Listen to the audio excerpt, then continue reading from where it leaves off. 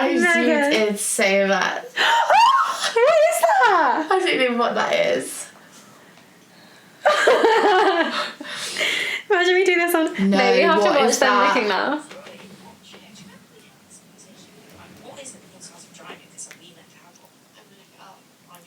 Are we meant to have one? Now, don't worry. Oh, I But then we'll meet up and compare No, I notes. get to right now. What, Porn Star's vagina? No, I Seriously, I do love them together. Why did I do that to myself? I need to see it. Picture that. Wait, oh my god! For a minute, wait, hold on. What is that big white thing? I wonder what photos they looked at. Probably the same ones that you've just seen. Yeah. Where they say things. That is so funny though. I just find them so funny. Luckily, I do love them into together as that. the couple. Like, I was talking about the wedding. But Jamie is so funny. He's a bit wild, but he's actually so funny. They are. He is really funny, actually. Yeah. I know, because I used to watch Winchester, and then I stopped and I thought, oh. Yeah, I used to watch back in the day when it was like Caggy and like Rosie and... Yeah, like when it first came out. Yeah, like the first people, Hugo, and I've not watched it since then, really. No. I feel like if you started watching it, you could probably easily fall back in. Jamie was there when it was like Caggy and Hugo and all that, wasn't he? was there at the Yeah, beginning. he's like the main part, like he's always in there. They've gone like... Spencer. Yeah. Jamie does a podcast with Spencer as well. I want to watch Spencer's, he's like searching for his brother on the mountain. Oh, really? His younger brother or elder brother climbed Mount Everest and he died on it, and they had to obviously leave the body you have to leave the bodies on. It's too dangerous to take the bodies down. But now he's like searching for the body, so he's trying to recover the body. Oh my god! But he's done. I don't know if he did or not, but he's done a whole like documentary on it, and it's coming out soon. So I'd quite like to watch that. But have you watched probably not? People that are walking up there just see these dead bodies. Yeah, they're everywhere. The mountain is literally covered in dead bodies. It's too dangerous to take the bodies down. So what's Spencer gonna do? Well, he's getting like a specific team to try and help recover the like body. What I mean by it's too dangerous, like if you're in a group of people, like if you have like 5 people and someone dies, you can't take that person down with you. Yeah. It's too dangerous. So yeah. But then also, it's just, have you watched the film Everest? If you haven't, you should watch the film. I have, but a long time ago. It is so like... I'm surprised you've watched it. I love stuff like that. You don't finish things a lot. No, that's the only kind of thing I will finish, is like documentaries. I watch so many documentaries. Like, that is the only thing I will watch. Like, we watched a film last night and I couldn't finish it. But if you sit me in front of a documentary about someone killing someone, I'll watch the whole thing. It's crazy, isn't it? I just love watching telly movie. Yeah. I do like a documentary that I think when gets it's you not hooked. real, when it's not real, I just think, not into this. But when it's real, I'm like... Yeah, what does happen? Yeah, but have you watched the plane one yet? I can't watch that one. I watched planes freak me out because that's something that we do. Yeah.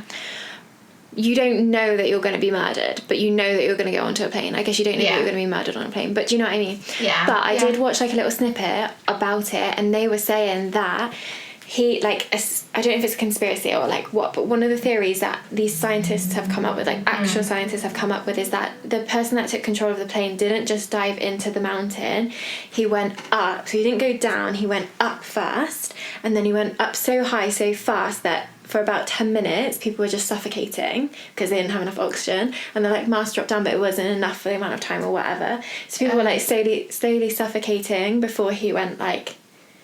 So he went up, they were suffocating, and then they're basically all like dying off, and then he plowed into the mountain. How fucking creepy is that? That's crazy. That's not mentioned in the thing. No, and then that the theory is that he didn't then go into the mountain. So he went up and he had this basically like people were like dying and dead, and he just like flew around for like a couple of hours and then he plowed in. That's what they're saying. So before he just like lost control and plowed in. On the documentary there is so many like conspiracy theories on that, where they have just gone with their theory, put it out there, and they just hope that something sticks, because they haven't ever found... No. So this is supposed... Again, it's social media, but this is supposedly backed by what scientists, like aviation scientists, think had happened. But yeah, they have a few like aviation people on there. Then just like random journalists just putting in their 2 pence. Yeah, that's silly. Yeah. But yeah, it's wild. Yeah, planes freak me out a bit. I remember on the show... I think planes actually freak like the majority of people out, but it's very unsaid.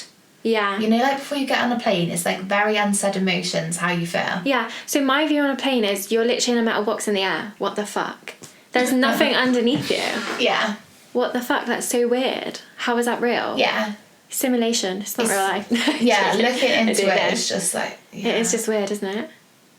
But when we flew to South Africa, the lady next to us was watching about the Boeing. On the plane? Yeah. The ones that had the faulty... you shouldn't even be allowed to watch that on the plane. Liam was like, are you watching that right now? She was like, yeah, I love it. I was like that. And you're sat next to me? She'd like downloaded She's next to the fire exit too. She downloaded it on her iPad and I was like, oh my God, you prepared that for this. You prepared but you yourself. have tellies on that flight, don't yeah, you? but she was like, oh, she flies often. So she was like, oh, I've watched everything on there. So I downloaded some stuff off Netflix. I was like that. Okay. More for you, hun. Yeah. I can't say I don't watch them. I do watch them, but like...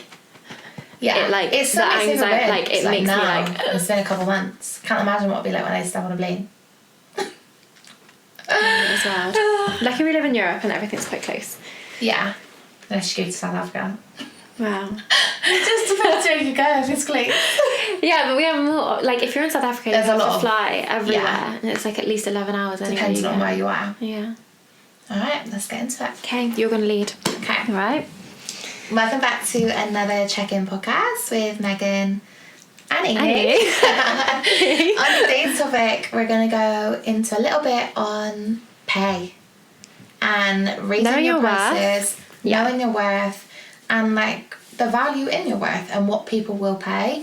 I think just like generally based on the UK and based in the beauty wellness industry, I think the majority of self-employed people probably undercharge their worth. Yeah.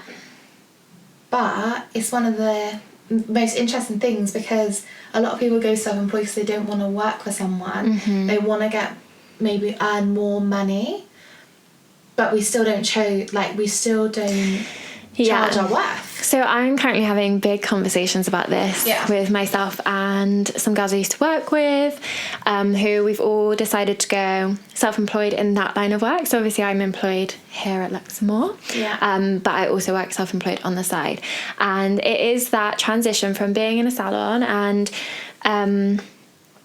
the prices being what they were, especially in our salon, the prices were quite high, and then leaving that to go self-employed for whatever reason, obviously one of them wanting to make a little bit more money, but still not having the, I want to say guts, but like, I don't know if it's guts, but like feeling like you're not, feeling like you couldn't charge the price that you should be. Yeah. Feeling you couldn't charge what you should be charging. Like that. It's like when you work for a business, the businesses, these are their set prices. That is what the outline is. Yeah. And I think sometimes it falls a bit short when someone is maybe self-employed, doing it from like a home. They haven't. I think there's a bit of a weird stigma between like a brick and mortar. I don't know where you're going with that. Basically a shop. Yeah. What is that called? Is that a saying or? Yeah, it is. Brick and mortar. No, it's just what it's called. Oh, brick what? and mortar. So anyway, this is a brick and mortar. I don't even think it's water. I think it's something else. I don't know. A building. A studio. A space. A studio, a space, a shop, rather than say like a converted treatment room. Yeah. There's there's a bit of a change in it, I think, being somewhere that's like outside of the home or the boundaries aren't always as clear. Yeah. So yeah, this just going on that conversation I've been having recently is also exactly that, saying, oh well, I'm not in like a salon on the high street, or I'm not in a big space. This is just like me in my home space, and I've converted a room, so I don't feel like I should charge as much as someone who has a studio on the high street because but what is the reason? Yeah. And the thing is, it's what you see and what they see as the value, because ultimately you'll pay for the value of a service. And it's just getting that right sweet spot that you feel like you're being paid what you're worth, and they feel like they're paying for the value of the service. And it's hot. And it's mainly based on like clientele and also pricing yourself right. It's such a hard topic and getting it right, but you just have to start, like you have to start somewhere. And my journey probably started off, I charged lower, and because you think a bit of what I've just said there, like I was in a spa, obviously that, and I was in my first spas like 8 years ago, and they would charge £95 for a 60-minute treatment. And now it's like in the spas, it's like £130 for a 60-minute treatment. Now, when I first started self-employed, I charged £49. Yeah. Or actually, I think even before I charged £35. I was gonna say, I think it was less than 49. And people would tell me all the time, like you're undercharging. Yeah, prices are too low. Or if someone says something's good value, like that means, like I personally think like, yeah, that's like, it's good value. If someone says it's like, can't think of the phrase, but basically they're getting a lot for their money, that definitely means you're undercharging, and it's a nice way. For you, take that as you need to raise your prices, and for them, it's like they would have paid a lot more to get that service. Yeah. And I think almost you have to be in your own lane, in the sense of, you know your worth, what you feel comfortable charging, but also the people around you, what their level of service is and how much they're charging. And if you think your service is on a higher level, then you need to be based on that. And if you think it's the same level, you need to do it around that. And I think there's nothing worse than doing a service and you're thinking, like, your worth is like, at the end of the treatment, you're thinking, that treatment should have been a lot more expensive. I didn't get, like, they got a lot more than what they paid for, type of thing. And I guess, doing your research, but also you're always in the beginning going to feel uncomfortable charging someone, because it is that imposter syndrome. And you just think, how could I possibly charge this much and someone pay it? But then after a few months, like, I always get that when I've raised the prices and you start feeling a little bit and you're thinking, I wonder if people are still gonna, and they still continue to come, and it just shows that they see value in the service. And then you get used to it and you feel like, no, like, this is the right price and this is what we should be charging, and you feel comfortable again. And I think when you start out, you kind of have to be really strong with that, because it is hard. When you start out, it's like, if you're newly trained in something, you do have that imposter syndrome. You do feel like you're maybe not quite where you should be. Yeah.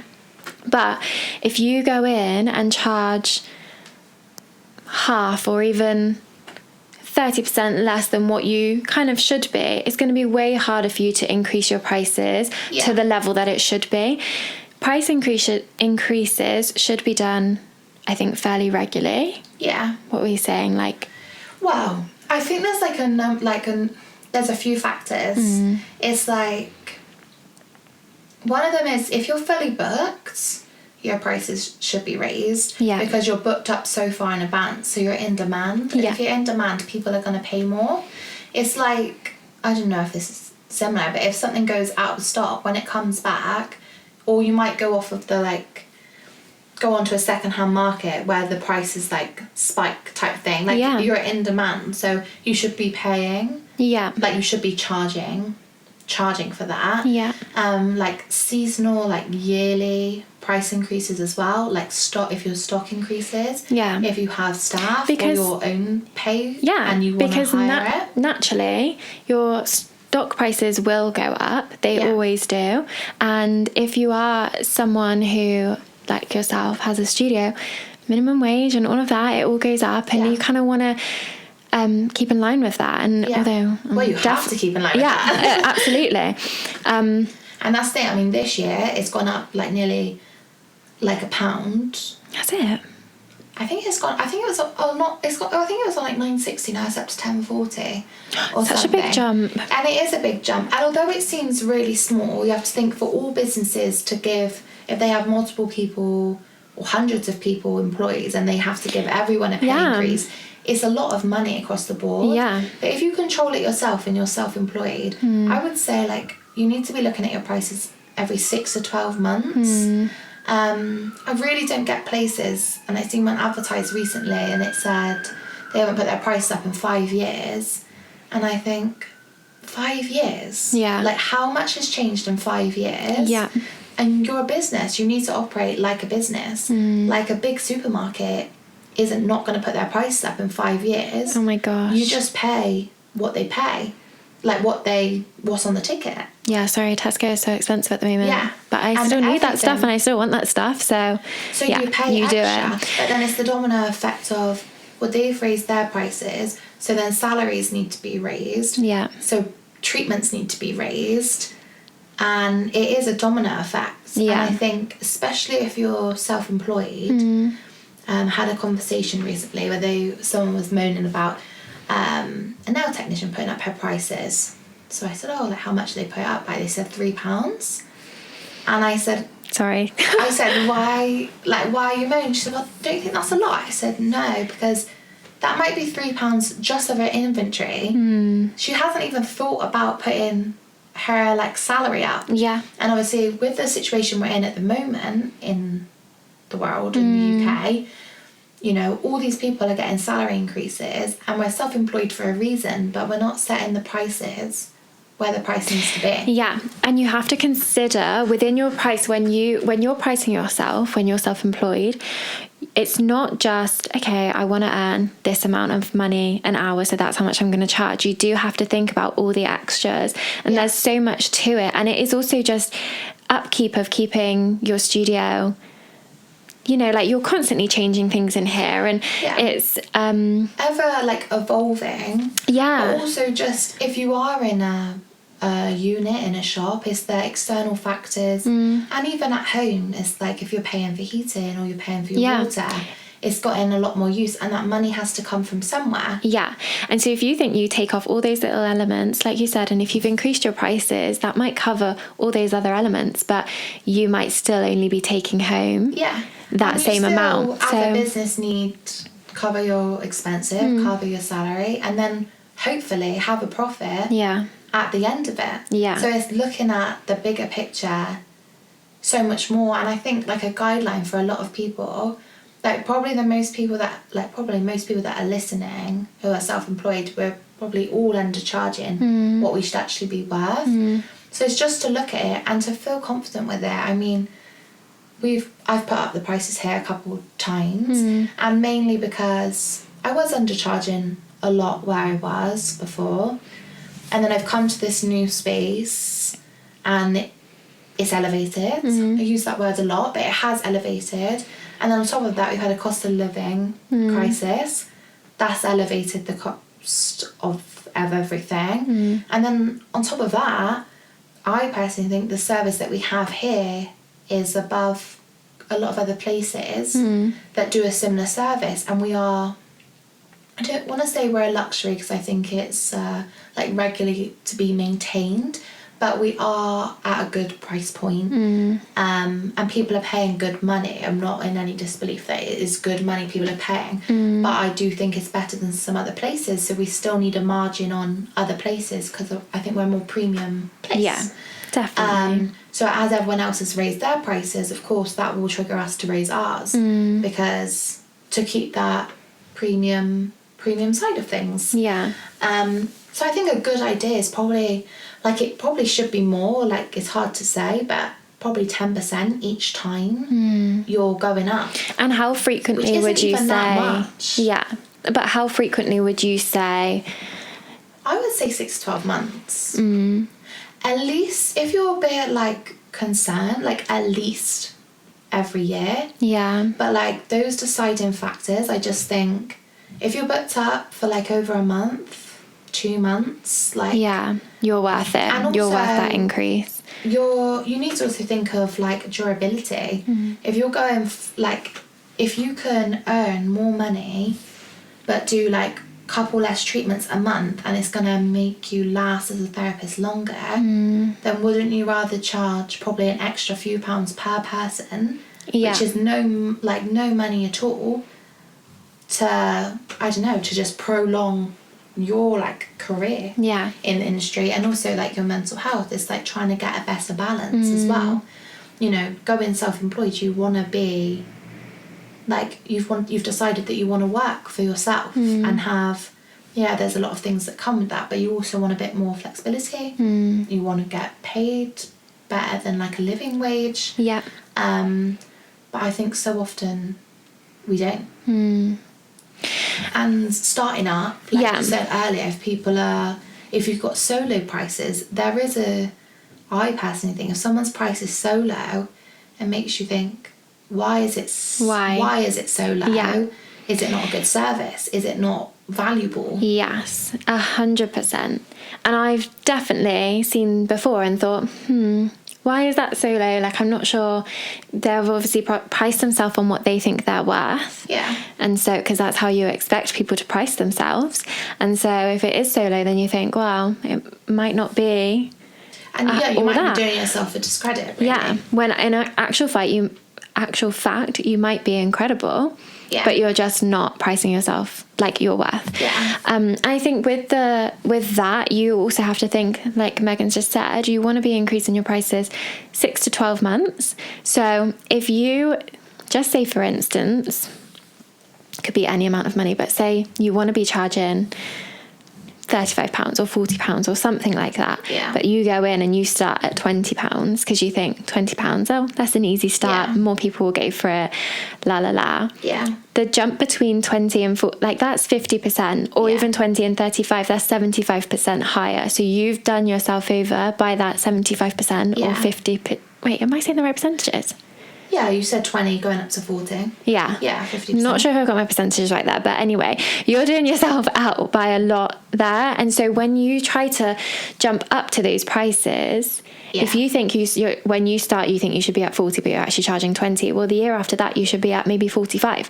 Yeah. So it's just, I feel like if you start low, you're going to constantly be trying to catch up to where you want to be. Yeah. And if you're constantly trying to catch up to where you want to be and doing it kind of slow and steady, then you're doing yourself over a little bit. Yeah. But if you're catching up to where you want to be and making big jumps, it also maybe puts people off a little bit because you think, well, that one client's getting a bit funny about £3, well, that's nothing. Yeah. But if you're trying to jump your prices up by however much, I guess what I'm trying to say is when you start out, don't go low. Yeah, sometimes it's hard. And also hard to build up to that price. Yeah. It's like, I almost think you should set, if you think it's £40, do £40, maybe do an opening discount. Introductory offer, something like that. And that is, I think that's... offers to start building your business is probably the best way to start building your clientele. Yeah. But also, there is, again, that spot of people will then start only coming to you if you have offers, or they'll wait to book because they assume an offer's coming. Yeah.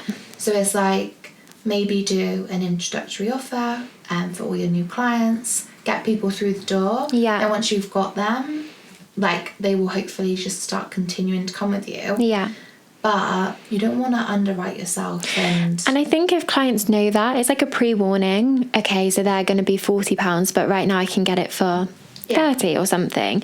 But I know that next time I go, I will have to pay the £40. But because I'm trying it on 30, I think... if it's all good, then £40 is fine. Yeah. But if you start in and you just say, my prices are 30, and then you jump up to 40 within the space of 2 months, I think that's when people lose trust. A little bit. And that's the thing, is finding the right time. It's not so often that people are like, they're money hungry. Yeah. But it's enough to warrant, okay, I understand everything's increased. Of course it's going to increase. Yeah. And that's normally how it is.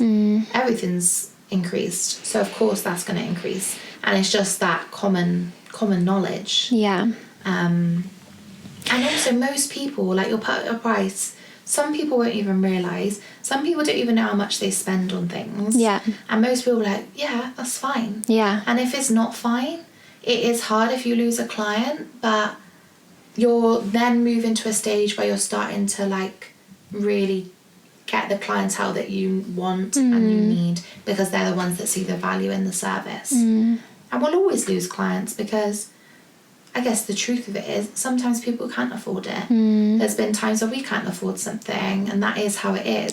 But I always like when a client just tells me how it is. Like, I won't be able to afford it next month. that's fine, we've all been there. Yeah. Or like, I'm going to spread my appointments out. I just think, yeah, there's a right and wrong way to do it. I guess it leaves, like, for me, I don't like making a song and dance if I put up the prices. I think sometimes when people put out a social media post, like broadcasting the price increase, there's probably a lot of people on your clientele, like on your Instagram, that aren't actually your clients, that don't actually need to know you've put up a price increase. Like, that might just be your price. This is, of course, my personal opinion. No, but But now suddenly I'm aware, sense. so like, oh, you've put up a price increase. Like, I always just think that's good for you. But I don't know, I don't think it needs to be broadcasted. Like, again, if you go to Tesco's, are they broadcasting that, I don't know, like a pie has gone from £1.30 to £2.50? No, like, it is just the new price. Yeah. Same with like a and you fast don't food question restaurant. it, really. You might think, but you don't question it. Like, most people won't question it, but then you'll also have one person that's like, no, I pay like, and they will have the exact money for that like pie or whatever, and that will happen. And sometimes it might make you feel like, oh, but you know what, you just need to raise your price. I think as well, there's so much value that you're putting into your treatment, but as well, you have to think about the time and effort before even Your starting. experience. Yeah, before even like going into self-employment and all of that, the experience that you've got, how many years you're working, but it's not always necessarily that, but your training, how much money you've spent on your training, how much time you've spent learning your craft, perfecting your craft. There's a lot more to it than just the treatment itself and the value in the treatment. You don't just decide one day you're going to do beauty and then just start.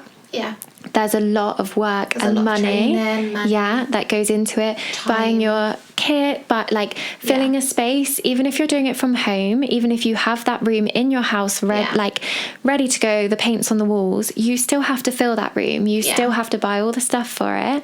And it's expensive. And like I was saying, like, it constantly is evolving. You're constantly trying to keep up with the times and, you know, making it fresh and new. And so it is, you have to look at everything. It's not just the exact treatment. Does that make sense? Like the specific hour it's that so you're much in more for than just that 1 hour treatment that it is, and it's everything.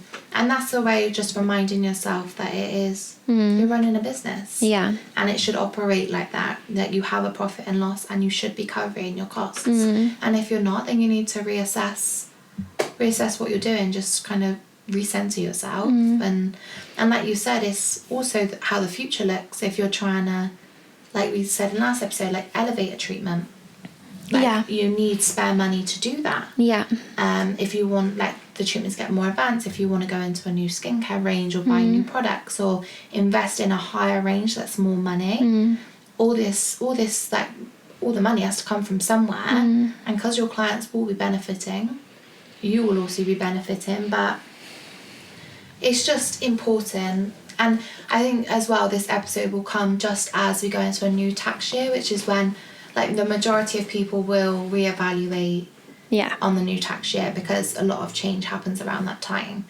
So it's just a reminder to just and be like really confident about putting your price up. And for me, when we raise our prices, like, first of all, when they book, if they've booked online, they already see our price. If they've rebooked in the studio, then they get a confirmation of their next appointment with the price. The price is very clear. They'll get a reminder with the price. There's kind of no escaping that. There's some people that I will directly tell if I know a particular client is like, they know exactly how much they're paying each month, and they're like a set routine. But otherwise, I don't put it out there, because it's not everyone's business. It's only my clients that need to know who's raising the price. And at least 10% each time, and look at it regularly, because ultimately we all work to earn a living and to better our lives in a certain way and get to where we wanna get to. And a million times over, you went self-employed.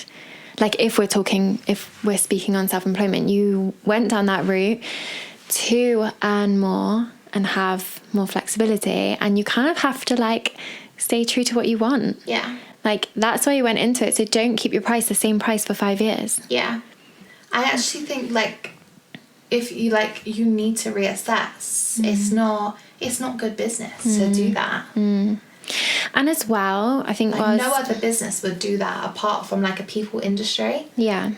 And that's the thing, is because we care Yeah. so much. And I know that if we've lost a client and it's because of a pay increase, like I will remember those people. We don't lose that many. But then it's also like important, I guess, to realise that you have done a pay increase, and then we'll do some offers like at certain times of the year, like Cyber Weekend we'll do good offers. If they're like a particularly regular client, then we have automated offers that go out to them, because as much as we charge a good price, I want them to be rewarded for being such a loyal client. Yeah, it goes both ways. Yeah,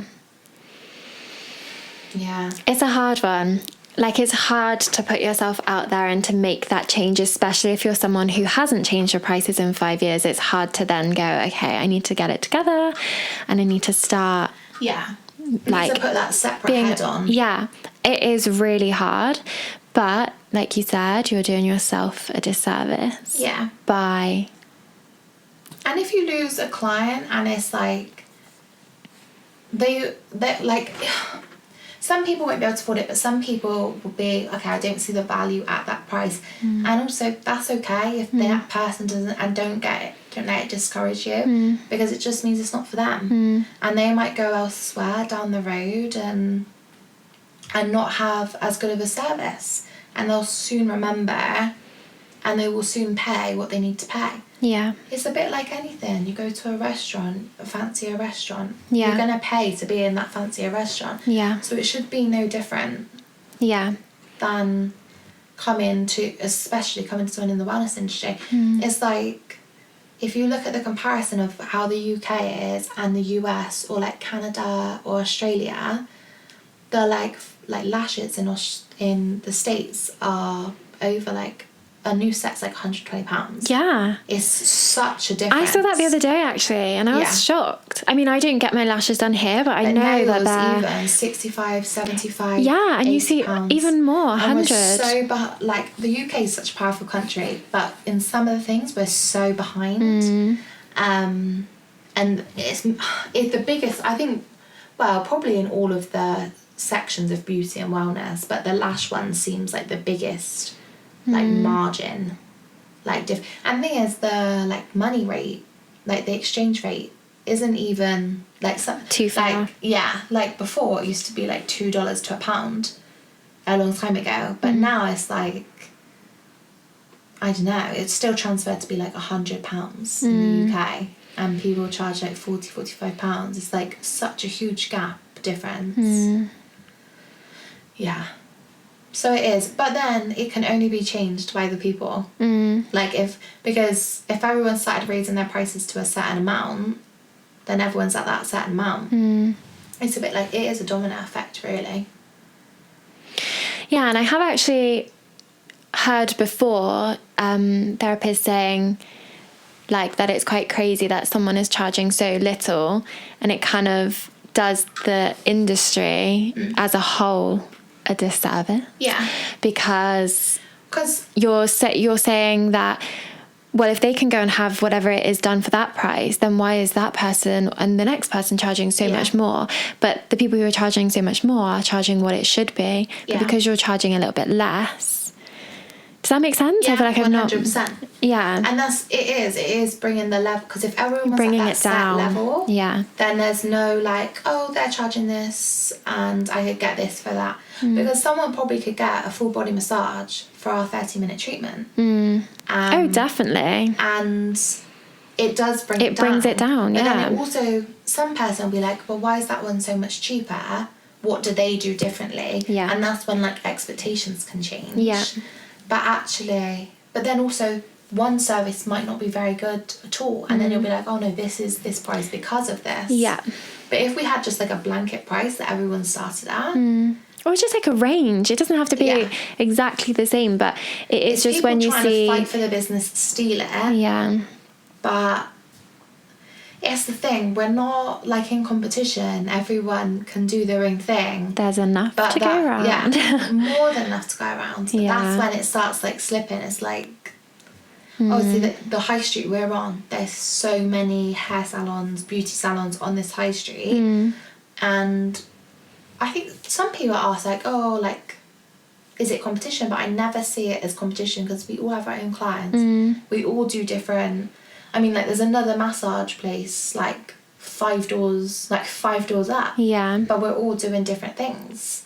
And we all have our certain clienteles that we attract. So I wouldn't look too much on what everyone else is doing. And just, like, pave your own niche. Because people notice when you copy other... Like, there's always the original of something. And then people notice the... And take inspiration, because we all take inspiration. But... Yeah, and obviously the pricing, it's hard to like not think, oh, well, they're charging this, so I should charge this. Yeah, but it's when you see someone charging super low and you feel like, oh, they're charging so low, I don't feel like I can charge what I feel like I want to charge. Yeah. And I think that's what's a shame in the industry. Yeah. Is that we do compare ourselves to other people's prices. And like you said, it would be nice if we were all just as straight, like... Yeah. Same, like roughly the same rate, but it isn't that way. But I think don't get pulled down by therapists who are charging low prices. Stick to your guts. Yeah. I was gonna say guns. Yeah. Guts. Stick to your guts. Yeah, is it guts? To your guts. Yeah. And just charge what you're worth. Charge what you're worth. Your space that you've created, everything. Like, don't look at lower prices. Like, if you feel like there's other people who are around the same range as you, have a look at that and be like, okay, cool, yeah, they're around the same range as me. Maybe I might put a little bit more, or I might whatever. But don't get blindsided by the people who are charging super low, because what for? Yeah. What for? And you don't need to go that low. No. And if you are charging low, then you do need to raise your price. You're worth more than that. Because sometimes people do see and like a higher price service or a higher price treatment with like a higher price service, like they're going to get more out of it. I like when I went to school, I remember this girl saying, she like went for a wax like local high street, then she went for a wax like Harvey Nicks. And she was like, there was no pain in Harvey Nicks. She was like, I think when I pay more, it's like, it was like pain free. And actually, there is like it's just actually the person that's doing it. But you might feel like you're in a better location. You might feel more comfortable. You might feel like they're better products. You might feel like all of those you're things paying that for their experience. Incorporated that service. Yeah. And actually, if you just took that therapist and everything else and took them out of that nice setting, they might still do the exact same treatment, but your experience has been completely different. Yeah. And that's why we've spoken about previously, like elevating your service, how to get the most out of your treatments, because it is the whole experience that can change everything. Yeah. And yeah. So don't be afraid to put your prices up. You're worth it. Yeah. You should be putting them up. Yeah. And yeah. And also this is just like a gentle push. Yeah. To just be like, no, you can do it, because sometimes if you're self-employed and on your own and not in a salon and first starting out, it is hard and it's scary, and you like almost feel like, no, I can't charge that much, but you can and you should. And you're only doing yourself, I keep saying it, but it really is true. You're only doing yourself a disservice by not charging your worth. And if someone doesn't see it, then that's fine. They're just not the client for you. Plenty of people out there. Yeah. Don't fixate so much on the odd person here or there who aren't able to visit you. There are other people. If they choose to go elsewhere, they choose to go elsewhere. Yeah. You know, sometimes you just feel like they might just feel like something different. Yeah. You know? Otherwise, I hope you've enjoyed today's episode. Yeah. You can follow us on Instagram. It's Luxe Studio, as well as Pinterest, YouTube, Spotify. There's one more. There is one more. Facebook, TikTok. And keep up to date with us. But I think that's it for now. Yeah. Thank you for listening. We'll catch you next week. My name is Megan. And my name's Amy. Till next time, we're checking out.